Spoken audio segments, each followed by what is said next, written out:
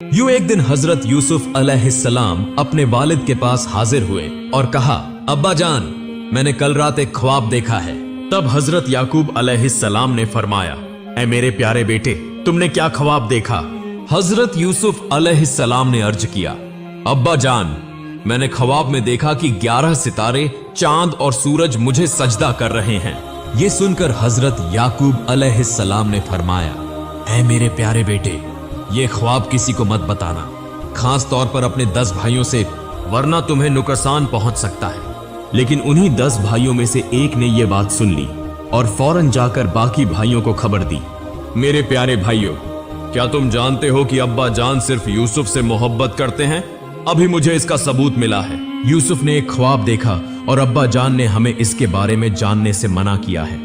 एक भाई बोला, तुम बिल्कुल सही कह रहे हो भाईजान, अब्बा जान सिर्फ यूसुफ ही से मोहब्बत करते हैं। अगर ये मामला ऐसे ही चलता रहा तो हम कभी भी वालिद के करीब नहीं हो सकेंगे। तब सब भाइयों ने मिलकर मशविरा किया कि किसी न किसी तरह यूसुफ को दूर किसी मुल्क भेज दिया जाए या फिर उसे कत्ल कर दिया जाए। उसी लम्हे शैतान इब्लीस वहां आ गया और उन 10 भाइयों के दिल में मजीद हसद और नफरत भर दी और फिर वहां से चला गया। तब वो सब कहने लगे, अगर हम यूसुफ को कत्ल न करें तो वालिद के करीब कभी न जा सकेंगे।